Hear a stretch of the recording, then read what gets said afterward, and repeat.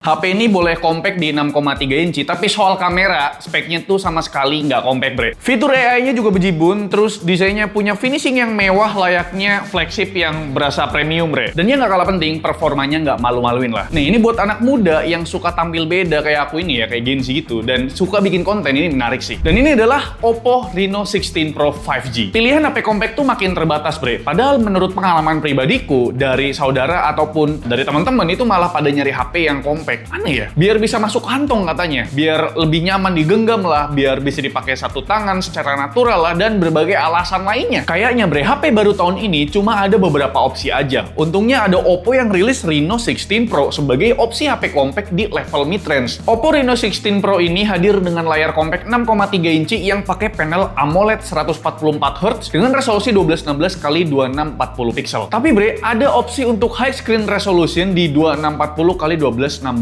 biar kita itu dapat image quality yang lebih detail. Fitur ini bisa kalian atur di settingan display, bre. HP ini punya ketebalan bodi di 8,4 mm dan bobotnya sekitar 191 gram. Sebelum ada yang komplain, HP compact kok berat bang? Aku kasih tahu dulu, bre. Baterai HP ini terbilang gede buat sebuah HP compact. Kapasitasnya tuh di 6700 mAh. Untungnya sih udah pakai teknologi silikon karbon ya. Kalau masih konvensional, udah pasti tembus 200-an gram sih. Sekarang kita mulai ngebahas desainnya si Reno 16 Pro 5G ini. Bukan Reno series namanya kalau desainnya tuh gak cakep ya, atau desainnya tuh biasa-biasa aja. Jujur, kalau kita lihat di gambar yang warna putih Bima Sakti itu cantik banget, bre. Oppo sebut sebagai 3D Pop Planet Design yang bisa nyiptain efek 3D kayak planet melayang gitu, bre. Sedangkan unit test kita kali ini bukan yang putih Bima Sakti, melainkan hitam penumbra dengan finishing backdoor yang lebih polos. Ya bisa disimpulkan kalau yang putih Bima Sakti itu targetnya ya buat CWK-CWK, sedangkan yang hitam penumbra itu cocok buat cowok-cowok yang misterius gitu ya.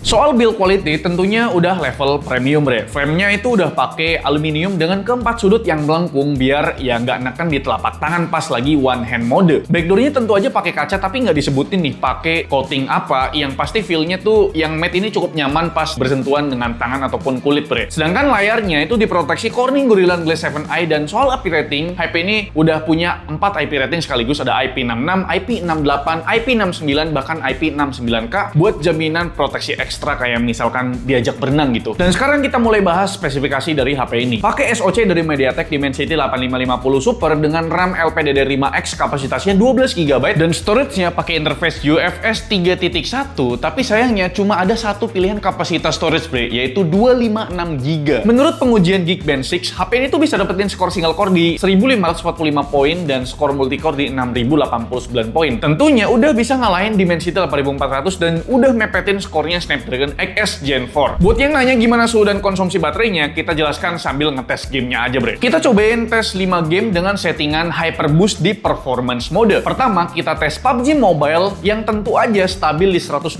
fps tanpa ada drop fps sama sekali. Buat konsumsi baterainya, main 30 menit berkurang 9%. Lanjut game kedua ada Delta Force. Entah kenapa di game Delta Force ini setelah 15 menit itu stabil di 120 fps tanpa throttling, tapi tiba-tiba turun ke 90 fps. Untuk konsumsi baterainya pas main 30 menit itu berkurang 6%. Wajar aja lebih irit dari PUBG Mobile karena FPS-nya terlimit di 90 FPS aja setelah 15 menit permainan gitu loh. Game ketiga ada Mobile Legends Bang Bang ya. Ini udah pasti rata kanan. Menariknya di Oppo Reno 16 Pro 5G ini udah support frame rate ultra di 144Hz. Ini adalah HP pertama yang kita cobain yang bisa unlock Mobile Legends di 144 FPS gitu loh. Dan buat performance-nya pas kita main 30 menit dapat rata-rata di 139 FPS dengan konsumsi baterai sekitar 9%. Lanjut game keempat ada Genshin Impact. Dengan preset medium to high, HP ini tuh bisa jalan lancar dengan rata-rata di 59 fps. Dan buat konsumsi baterainya itu kurang lebih 7%. Dan game terakhir ada game yang cukup berat menurut kami adalah Wuthering Wave. Kita set di preset low, berbanding terbalik dengan Genshin tadi ya. HP ini cukup kewalahan menjalankan Wuthering Wave ini karena memang ini game berat ya. Makanya aku cuma tes di preset low aja biar bisa dapat rata-rata di 58 fps dengan konsumsi baterai sekitar 10% yang paling boros di antara game lainnya, bre. Selain pengujian game tadi, bre, kita juga ada lakukan pengujian buat editing video di aplikasi CapCut dengan durasi 5 menit video di resolusi 1080p. Untuk scraping playbacknya terlihat sangat lancar, kagak ada nge-lag atau freeze sama sekali. HP ini tuh bisa dapetin rendering tab CapCut di 1 menit 45 detik untuk 5 menit video. Nah, sekarang kita mulai masuk ke pembahasan inti pada sebuah HP Reno series, yaitu sektor kameranya. Walaupun lagi serba efisiensi, tapi konfigurasi kamera di HP compact satu ini kagak kena efisiensi, bre. Reno 16 Pro ini bawa 3 lensa berbeda. Lensa utamanya pakai sensor resolusinya 200 megapiksel dengan focal length 24 mm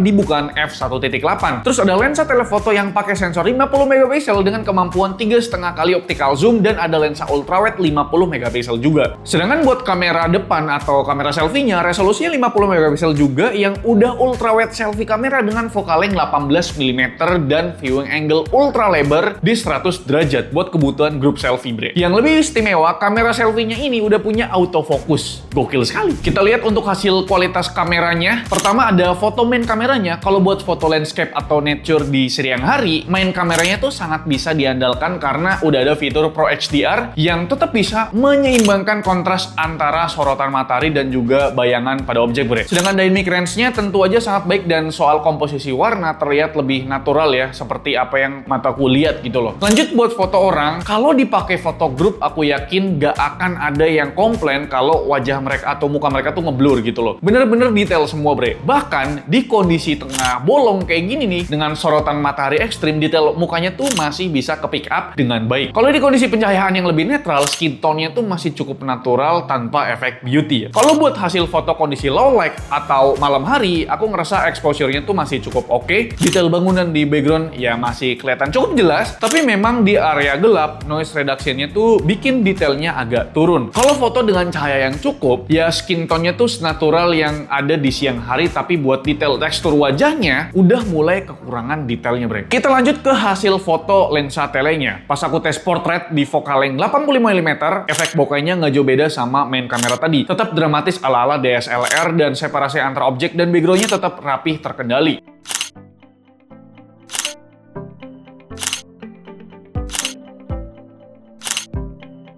Jujur, zoom 7 kalinya sering aku pakai buat ngelihat papan penanda arah ya dari jarak jauh karena memang detailnya tetap terbaca jelas, bre. Buat foto pangeran berkuda juga detail teksturnya masih sangat tajam. Produksi warnanya tuh terlihat lebih natural dengan kontras yang terjaga antara satu warna dan yang lainnya. Kayak contohnya warna kuning tua, buah kelapa tetap bisa berdampingan dengan warna hijau dari daun kelapanya. Kalau pas take foto di kondisi low light, di beberapa foto masih cukup ya detail ya, bahkan sampai zoom 7 kali pun sama, bre. Kita lanjut ngelihat hasil ultrawide 50 megapikselnya. Aku sendiri cukup demen sama hasil-hasil jepretan dari lensa ultrawide-nya ini. Dynamic range-nya oke banget, bre. Detail awan putih masih cukup natural. Detail batu Stonehenge KW-nya juga tetap ya tajam dan warna hijau dedaunan pada background-nya tetap terlihat natural. Intinya hasil jepretan lensa ultrawide Reno 16 Pro ini udah sosmed material banget lah.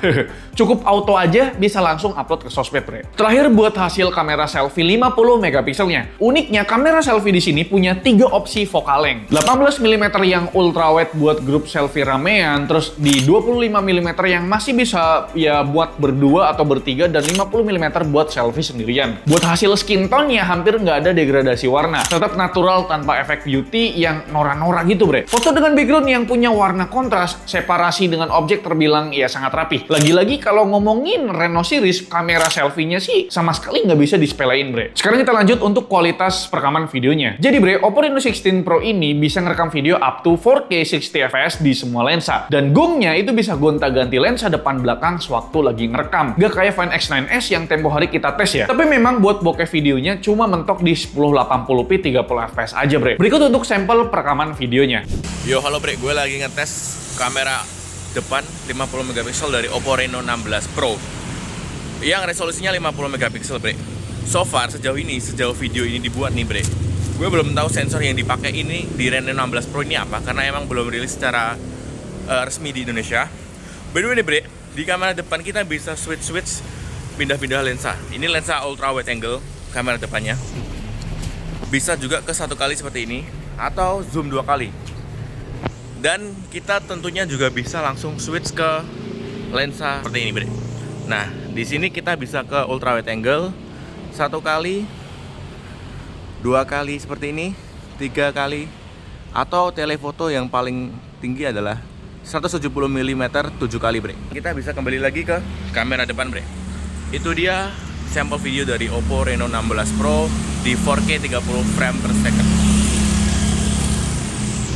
Kita masih ngebahas foto dan video, tapi sekarang kita ngomongin fitur AI-nya. Reno 16 Pro dibekali beragam fitur AI yang ya seru ya, kayak misalkan collage mix, kita bisa nempelin beberapa stiker hasil AI cutout di foto atau di video. Contohnya gini nih, kalian ambil beberapa video dengan gerakan berbeda, terus gunain AI cutout buat jadiin stiker. Selanjutnya, kalian bisa ambil video satu lagi, tinggal tempelin stiker hasil cutout tadi. Udah dah, jadi konten ala-ala Tiny Me gitu bre. Jadinya kayak gini lah. Terus ada AI pop out yang bisa ngubah foto biasa jadi foto kolase dengan efek subjek seolah-olah tuh keluar atau lompat dari bingkai. Bedanya di Reno 16 Pro ini AI pop out-nya udah versi 2.0 yang lebih pintar dan lebih explorable banget lah gitu ya. Ada juga fitur AI non galeri, kayak misalkan AI Snap Key yang baru pertama hadir di Reno series yang sebelumnya cuma ada di seri flagship Oppo. Tombol ini bisa jadi shortcut button buat beragam fitur AI bre. Contohnya kalau satu kali klik itu bisa buat akses AI Mindspace yang cara kerjanya nganalisis konten yang kita screenshot terus menambahkan ke to-do list ataupun event pada app kalender. Misal kita nemuin info jadwal pertandingan Piala Dunia, tinggal satu kali klik aja pakai AI Snap Key ini. Langsung dah jadwal tercatat ke kalender kita. BTW, tombol AI Snap Key-nya itu bisa di customable ya, bisa di setting buat apa aja terserah kalian. Selain itu ada juga fitur AI menu translation dan AI bill manager yang cocok banget nemenin pas lagi traveling atau liburan. AI menu translate nggak cuma buat translate menu dalam bahasa asing aja bre, tapi juga kasih visual menunya, peringatan alerginya, tingkat kepedasannya, sampai konversi harga ke mata uang kita yang kuat ini bre. Itu bener-bener ngebantu banget buat solo traveler ataupun traveling introvert karena bisa dibantu mesen makanan pakai bahasa setempat. Sementara AI bill manager itu bisa jadi asisten buat pencatatan pengeluaran kalian bre. Tinggal buka kamera, terus arahin ke billnya atau resipnya dari kasir, terus klik AI Snap Key, langsung dah ke summary semua menu-menu tadi, harganya sampai detail alamat dan waktu transaksinya. Ini ngebantu banget nih buat para traveler yang low budget kayak aku gini ya. Jadi bisa menakar sisa budgetnya tinggal berapa pas kita pergi traveling bre. Selain fitur AI, Oppo juga ngebawain aksesoris terbaru yang unik banget namanya Oppo Bubble yang dibikin buat ngebantu selfie pakai kamera belakang karena Oppo Bubble itu punya layar AMOLED di 1,73 inci yang bakal auto screen mirroring pas kita buka menu kamera. Kalau udah kayak gini, selfie pakai kamera belakang bakal selalu presisi. Oppo Bubble ini juga bisa jadi aksesoris yang bisa nampilin wallpaper dinamis atau foto artis-artis yang sekarang lagi digemari banget sama anak-anak Gen Z, yaitu Baby Monster ya. Kita sekarang ngebahas utilitas yang mungkin kelewatan, mulai dari baterainya yang 6700 mAh yang menurutku di pengujian di PC Mark bisa dapat di angka 11 jam 35 menit dengan sisa baterai ada di 20%. Terus kita juga ada coba tes streaming 1 jam di YouTube di 1080p, konsumsi baterainya ada di 4%. Buat ukuran HP compact ini adalah angka yang cukup membuat kita happy ya. Buat chargernya sendiri dapat adapter dengan rating 80 watt Super VOOC. Sayangnya Oppo Reno 16 Pro masih belum support wireless charging bre. Buat konektivitasnya selain ada dual nano SIM 5G, HP ini juga support dual eSIM, terus ada Wi-Fi 6 dan juga Bluetooth versi 5.4. Dan soal speakernya menurut Mas Bayu Banyuwangi selaku sound engineer Kudetek itu dapat di 7,5 poin per 10. Defaultnya di preset smart yang katanya masih kekurangan low frekuensi tapi malah sedikit kebanyakan high frekuensi. Dan untuk preset terbaik kalian bisa tiru preset tuningan hasil Mas Bayu Banyuwangi ini.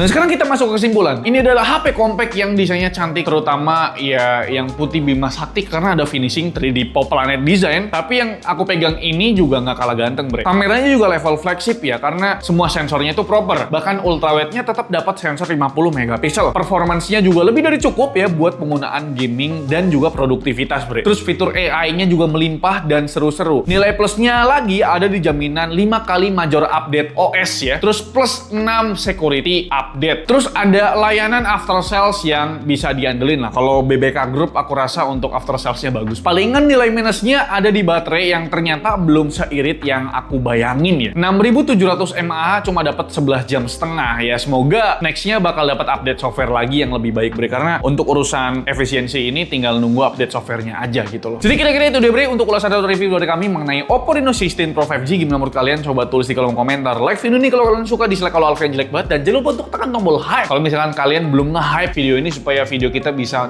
muncul di beranda YouTube, karena algoritma YouTube itu ganti-ganti terus. Dan buat kalian yang belum subscribe, tekan tombol subscribe warna putih karena bukan warna merah lagi. Salvian selaku host di channel Menjampetan. Terima kasih, sampai jumpa di video selanjutnya. Bye bye.